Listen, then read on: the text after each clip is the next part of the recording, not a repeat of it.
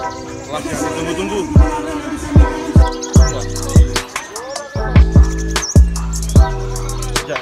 Harganya 200. Explore secara setting, bahas, mereview, dan sekaligus akan ini karakternya burungnya naga.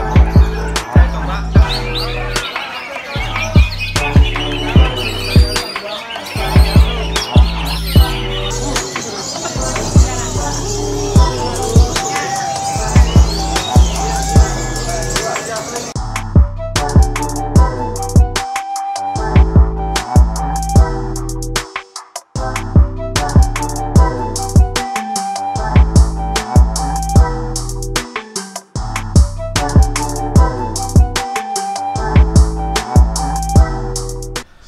Halo teman-teman, kembali lagi bersama saya Dewata Samudra di Omah Konin tentunya.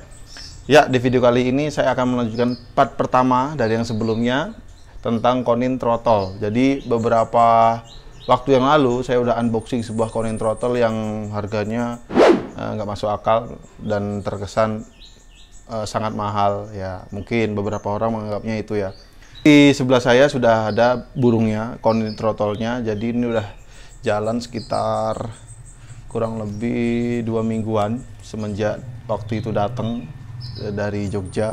Dan di part kedua ini saya akan menjelaskan tentang perawatan Konin throttle versi saya yang mungkin nanti teman-teman mau ikutin atau menjadi referensi teman-teman yang mau mengikuti cara saya atau enggak ya, nanti silahkan, itu nanti kembali lagi ke teman-teman semua.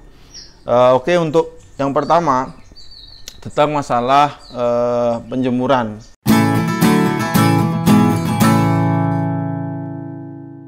Dimulai dari penjemuran dulu ya. Untuk penjemuran sendiri, Konin ini tidak teratur. Jemurnya tuh nggak begitu teratur. Kadang-kadang dijemur, kadang enggak gitu. Jadi untuk saat ini saya tidak begitu detail banget lah untuk ngondisiin Konin. Cuman kalau pagi, kalau bisa dijemur. Kalau untuk embun sendiri, bagi saya Konin throttle itu wajib. Embun itu wajib. Gunanya apa? Gunanya untuk merangsang Konin agar mau berkicau, terbiasa berkicau, dan itu nanti akan menjadi kebiasaan sampai dia nanti metalik. Kalau saya punya logika seperti itu, pemikiran saya, karena dari dulu saya kalau punya Konin throttle, saya wajib embun. Embunnya kapan? Embunnya itu ya sebelum matahari terbit. Kalau misalkan di sini jam 6 atau jam 6:15 itu masih agak gelap dan dingin. Dan itu akan merangsang. Untuk penjemuran sendiri yang udah saya jelaskan, saya nggak tentu. Cuman kalau pagi Konin ini wajib, karena kan sekalian ngurus Konin yang lainnya. Dan Konin ini untuk porsi jemurnya itu sekitar 15 menit udah cukup, atau bahkan lebih juga bisa. Kalau Konin ini saya biasanya 15 sampai 1 jam, bahkan sampai 1 jam saya jemur sampai dia mangap-mangap. Tapi untuk teman-teman di rumah jangan disamakan ya, karena nggak semua Konin punya daya tahan tubuh yang sama. Soalnya beda-beda, ada yang kuat, ada yang enggak. Takutnya teman-teman ikut cara saya, ternyata Konin teman-teman nggak kuat, nanti mati. Nah, selanjutnya setelah itu masalah pakan. Nah, untuk pakan gimana sih? Nah, kalau untuk pakan sendiri, kan kebetulan saya sendiri memang disupport dan istilahnya disponsori oleh Golden Nectar ya. Terpaksa saya harus pakai pakan itu karena saya pribadi juga nggak buat nektar sendiri gitu loh. Udah nggak sempat mau buat nektar sendiri, saya pakai Golden Nectar. Gimana kalau pakai nektar yang lain? Sah-sah aja, boleh-boleh aja, nggak mesti harus Golden Nectar. Ingat ya, saya berpesan di sini pada teman-teman semua, tidak perlu pakai satu nektar khusus, entah itu nektar apa, pokoknya menyesuaikan saja, menyesuaikan Koninnya mau nektar apa, itu yang dikasih, gitu ya. Dan selanjutnya masalah pakan udah, dan untuk pakannya, untuk extra fooding gimana? Seperti kroto dan lain-lain. Nah, kalau extra fooding sendiri, saya biasanya emang full kroto ya, karena konin throttle itu full kroto. Ini saya full kroto dari pagi sampai sore, saya full kroto terus. Setiap hari saya full kroto. Dipisah nggak krotonya? Nggak, dicampur. Jadi kroto diambil, dimasukin langsung ke cepuknya yang di atas. Nah setelah itu untuk masalah extra fooding udah, lanjut masalah pemasteran. Nah, ini yang sering sekali menjadi pertanyaan, masalah pemasteran. Untuk masalah pemasteran sendiri, saya udah pernah membuat satu video, teman-teman bisa cek juga videonya, yaitu tentang pemasteran sistem transfer. Sistem transfer itu dari konin satu ke konin lainnya. Nah, ini yang saya terapkan saat ini. Jadi di tempat saya ini ada salah satu konin yang materinya bagus. Nah, konin itu saya tempelkan dengan trotolan ini, gitu, supaya nanti lagunya bisa sama. Kalau misalkan teman-teman punya masteran cililin, kinoi, atau cible, atau rambatan, ya lebih bagus lagi.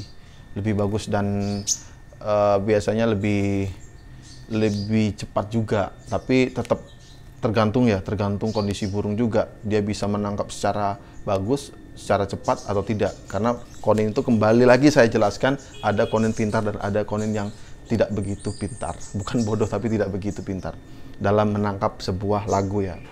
Dan selanjutnya untuk masalah pemasteran udah. Untuk perawatan gimana? Apakah ada pengkondisian khusus? Tentu saja ada. Kalau untuk konin ini saya ada. Pengkondisian khususnya apa? Yaitu dengan sauna. Loh, perlu di sauna? Ya, karena di video sebelumnya mungkin saya lupa saya bilang, saya pernah mengatakan juga, saya mengatakan waktu itu kalau nggak salah di video part 1, konin ini mau saya bawa kemana, ankle atau set Betty. Dan untuk saat ini saya akan memfokuskan throttle ini ke konin ankle, jadi konin nggak pakai Betty. Jadi pengkondisiannya agak sedikit ribet. Ribetnya kenapa? Ya harus dikondisikan sendiri di tempat yang tidak terlihat konin-konin lainnya. Jadi ini konin saya taruh di belakang kos, saya sendirikan, saya kerodong kalau siang. Nah, untuk saunanya kapan? Nah, saunanya biasanya siang dan itu hanya beberapa menit saja, bisa 10 sampai 15. Nah, itu pengkondisian khususnya itu ya, perawatan khususnya hanya itu. Kerodong juga, saya full kerodong kalau siang, saya full kerodong, nanti sore keluarin lagi sekitar jam 4 atau jam 5. Saya keluarkan lagi untuk apakah dia masih mau berkicau. Jadi kayak saya membuat konin itu biar terbiasa bunyi di sore hari dan di pagi hari. Kalau siang itu kan saya juga jarang di kos ya, jadi nggak begitu fokus di situ. Tapi pada intinya kalau bisa konin bisa bunyi di setiap waktu ya, bukan berarti 24 jam enggak, tapi di setiap waktu dia bisa berkicau.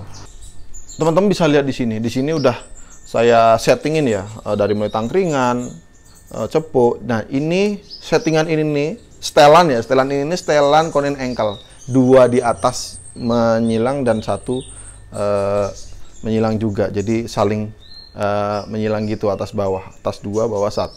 Dan untuk cepuk mandi di sini, lalu di sini juga ada cepuk pakannya, dan di sini cepuk kroto. Itu dia.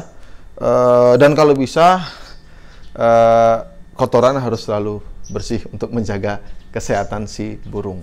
Jadi jangan sampai kotor. Ini juga baru selesai saya bersihin soalnya.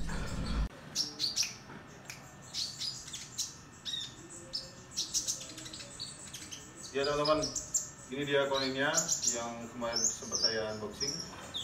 Ini udah berjalan 4 harian nih. Kondisi koninnya seperti ini, dan menurut saya ini bagus. Masa depannya bagus. Untuk perawatannya sederhana sekali. Setelah saya jemur tadi, saya langsung angin-anginkan. Dan kedepannya konten ini kan berjalan terus tentang merawat throttle. Jadi pantengin terus pokoknya channel saya.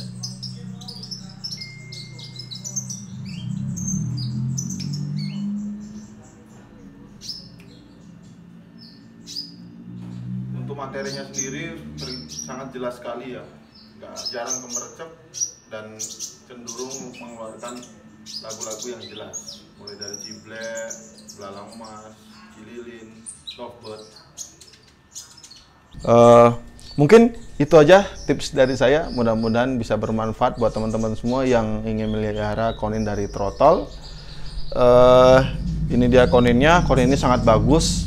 Menurut saya ini sangat bagus dan sangat, menurut saya limit juga nih konin kayak gini ya. Ini kalau nggak limit nggak mungkin saya pelihara sampai sedetail ini. Biasanya saya kalau punya burung bagus itu cepat lakunya. Jadi jarang bertahan lama kalau saya punya burung bagus. Dan mudah-mudahan tidak sold out. Mudah-mudahan rupiah tidak memisahkan kita berdua. Oke, mungkin itu ya dari saya. Terima kasih buat teman-teman semua yang udah menonton video ini. Dan jangan lupa subscribe channel ini. Caranya gampang sekali. Tinggal klik tombol subscribe di sebelah kanan dan nyalakan lonceng notifikasinya. Dan jangan lupa buat teman-teman yang baru gabung, cek juga video-video saya yang lain karena banyak sekali tentang konin tentunya.